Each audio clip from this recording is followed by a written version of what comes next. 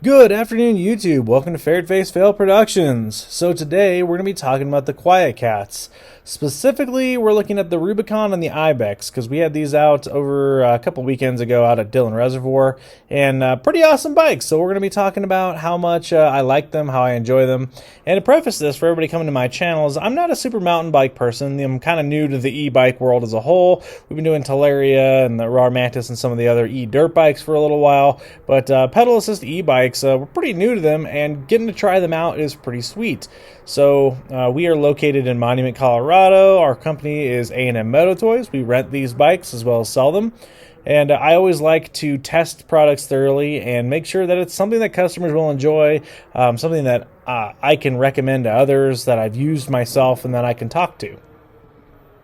So first I want to say our loop today is going to be pretty much from Frisco, Colorado, our campground at Heaton Bay off Dillon Reservoir. We go into the town a little bit, into the Walmart, and then we go all the way to Breckenridge, Colorado, and back. So altogether, I believe it was about a 33-mile loop.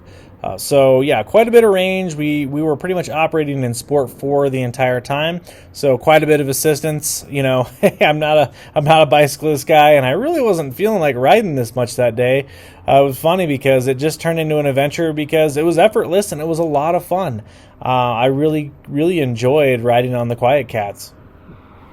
Today was also nothing extreme or anything really off-road. This was all kind of paved bike paths all around in the local area. There's tons of them around. There's also a lot of dirt stuff to do around there. It just kind of turned into one of those days where we were just going to hit some easy stuff. A lot of it was to see if the range claims for QuietKat were actually pretty true or not. Are they able to really take you as far as they say, depending on the assistance and everything else. And I'll say in this preface at the beginning, this is a mountainous region, so there's hills, there's up, down. I didn't use any throttle. This was all just pedal assist and Sport 4, like we said. So first, let's talk about the bikes a little bit. So the Jeep Rubicon QuietKat that I'm on here is, for the most part, it's relatively similar and kind of like the I don't know, stepbrother or maybe sibling to the IBEX. They both have 1500 watt total output of power. They have the same type of gear ratios. The linkage for the suspension's a little different, but I believe the rear shock is the same, and the forks might have some minor differences, but they feel very much the same. The price point for both of these bikes is, I think, $6,100 for the IBEX and $6,400 for the Rubicon, standard retailer. Of course, we've got sales and stuff going on right now. But yeah, so these are very expensive e-bikes. There's no getting around that. They both advertise a 62-mile range, probably at a little bit lower assistance level than we had. But yeah, it was pretty good though. I have to say that compared to a lot of other people's testing, we were pretty much bang on with the range claim, I suppose. But the overall ride quality and feel of this fat tire bike, even the stock tire, it is all really good. In fact, I really enjoyed the traction that the tires have. I've used them off in a little bit of single track over here by our shop here in Monument, and it's done very well. A lot of fun. I think I got that videos on my channel. So yeah, I like the fat tire idea. It feels pretty good. The suspension, I set it pretty soft for the time being. Very comfortable to ride along. Goes over pretty much anything. These giant wheels and tire combo is my favorite thing. It just rolls over whatever you want to go. And it enables you to go kind of a lot of unique places. Next, let's talk about the weight of these bikes. So I believe the claimed weight is 75 pounds, but I believe that's without the battery.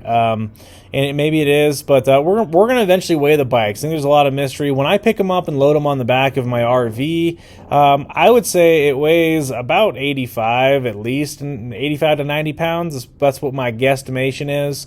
So they're not light bikes at all. So if you're looking for a lightweight bike and maybe you have mobility problems, this one's probably not for you. There's some other options out there. But, I also found it, compared to loading and unloading dirt bikes, absolutely effortless. I can just pick it up right off the rack, set it on the ground, easy. So, yeah, apples to oranges maybe, but for me, loading and unloading them is a breeze. Both the Rubicon and the IBEX both boast a 21 amp hour 48 volt battery, so that's pretty awesome. That is a huge battery as far as e-bikes go, and it'll go on this round trip. We'll talk about it a little bit more, but it definitely made it, and didn't really have too many scares or issues. Next, I'll talk about the brakes. The brakes are really awesome. Now, I'm always between a rock and a hard place when it comes to brakes on these mountain bikes, dirt bikes, whatever, because I'm very used to dirt bike brakes. The betas especially have really excellent brakes. So when I go to these, I have to kind of have some different expectations. Now, from the different e-bikes and different mountain bikes that I've used over the years, yeah, these brakes are pretty fantastic. They grab right away, a very hydraulic feel, very strong feel. Even going down some hills, getting on them real hard, no problems. In fact, the brakes on the QuietKat feel substantially more powerful and better than our Teleria Sting electric dirt bike. The Teleria Sting's got awful brakes. So the brakes on here are really quite awesome. I can't remember the rotor size. There's a lot of people that talk about that, but it's not an issue. The brakes are way more powerful than they need to be, I think, for a bike like this. So real quick, I'm going to also go into, as we were pedaling along here and having a lot of fun and just kind of putzing around, playing with some of the different modes. And now here we were trying to be a little bit more scientific, so we didn't play with a lot of the modes. But previous to this footage, we did a lot of testing with the Eco versus Sport. So Eco mode, when you go through 1, 2, 3, 4, whatever, 5, there's even a 0 if you don't want any assistance for some reason. But the Eco mode is more of a pedal with you, and the Sport mode is a more of accelerate you while pedaling kind of feature. So I much prefer the Sport mode. It's a lot more reactive. It's a lot more useful in my opinion. I really enjoy the Sport mode's a little bit more aggressive settings. The Eco, you know what, if you're wanting to save a little bit more power and kind of back off the assistance a little, then cool. You're not gonna probably have a whole lot of issues either. And I think once you get past pretty much Eco 4 or into Eco 4, you're pretty much into the Sport range kind of assistance anyway. So yeah, the different modes are nice to play with, but if I want less assistance, honestly, I just go to Sport 1, Sport 2, and you know, kind of scale from there. My favorite mode is Sport 4. It's a lot of assistance without being overbearing, without constantly jerking you and pushing you, and you're not pedaling beyond the means of the bike. I feel like in Sport 5, it's like if you want to do 25 miles per hour plus, then Sport 5 is for you. Okay, so let's talk about range. So this one's kind of an interesting subject. Obviously, the IBEX and the Rubicon have the same motor, same battery. Both bikes are about the same weight. Now, both riders, when we did this, we weigh about the same. We're both in Sport 4. And yeah, the assistance levels and everything was pretty much all identical. So was the terrain, all done at the same time. And what was really weird is at the end of the almost 33 miles was that the Rubicon was at a 9% battery and the IBEX was still in the 40% range. So it was very strange. I don't know why that happened. So I reached out to QuietKat about this, and they said there's a new update for the Rubicons that matches the IBEX as far as the tuning and motor performance. So I guess they're claiming that there's the way that they have it programmed, there's some energy loss and less range. Very strange. And but at the end of the day, it still made it 30 plus miles with a Sport 4 assistance in a very mountainous, hilly region. So that was pretty impressive. I was kind of surprised. They claim 60-something miles. I bet you would get it if you stayed in Sport 2 or Sport 3 or Eco 3 or Eco 4. I bet you could actually get that if you were really pedaling a lot harder than we were. I'll say at the end of that 30-something miles, we were exhausted, we were tired, more from sitting on that dumb seat than I think actually pedaling. But we were definitely working a little bit, but I would have never been able to ride that much in that kind of terrain without the assistance. The overall power and characteristics of the bike, I'm going to try to describe this in a way that makes sense because, you know, at the end of the day, everybody likes to, in the e-bike world, likes to freak out, oh, it's a class 1, 2, 3, and oh, that's an unrestricted 1500 watt motor, blah, blah, blah. If we're being honest, 1500 watt motor is not that much power, not compared to like my 14.5 kilowatt Teleria or, you know, my 8 kilowatt Raw Mantis. So, I kind of laugh when people are like, you know, oh, if, you know, 1,000 or 1,500 watts is too powerful. It's funny because unassisted, going up a steep hill, even just using throttle without pedaling, it'll get you up there. but you're not doing it quickly. It's just kind of the end of the thing. The assistance and how you ride it is all up to how much you want to pedal, what you're doing, everything like that. So the motor is powerful, and it will drastically help you, especially if you're pedaling hard with it. It gives you monstrous amounts of power to climb hills and whatever you want to do. But it's important to remember that it's not a dirt bike. It's not even an electric dirt bike. You definitely want to be pedaling with it. Otherwise, you will burn monstrous amounts of power with using the throttle. So there's kind of my 2 cents on the power output. Gearing is very important on these mid drives. You have to make sure that you're not shifting under high loads. You'll wreck the cassette back there. Lots of slipping, grinding noises, not a good thing. So you want to, we use the trick that they all talk about, where you use your brake to cut the motor power, shift to the next gear, re-engage it. So before you get any steep stuff or doing anything technical, you want to make sure you're in the right gear. Otherwise, it's it can be kind of obnoxious. That's one of the big things that I've had to adjust with riding these bikes. So next, let's talk about some of the things that I don't like about the QuietKats, because, while I do sell these and while I do actually think it's a really good product, there's a few things that I think on most products that can almost always be improved. Now, one thing that I offhand just really don't like is I really don't like the cassette in the rear, the mid-drive setup. All these things seem very weak. It seems like this just could be engineered better. And I know this is just basically slapping a motor on a mountain bike with a big battery, but when I look at it, and if the chain slips or a renter is not kind to this thing, it'll tear up. That 1500 watt motor will tear up back there real quick.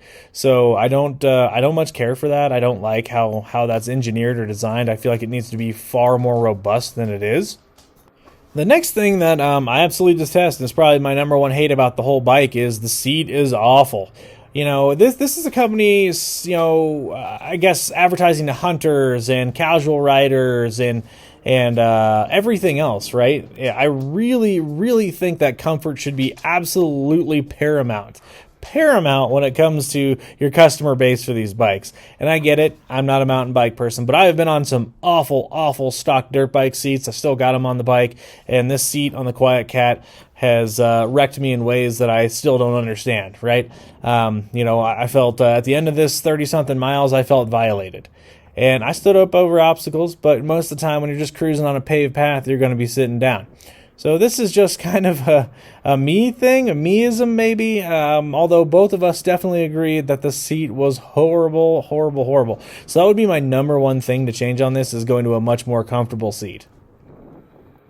My next thing is, this is nitpicking. I totally believe that it is, but for an off-road thing and doing single track and going through some tight bushes and going, I haven't quite crashed it too terribly bad yet, but I'm going to say that the cable management is awful on this bike.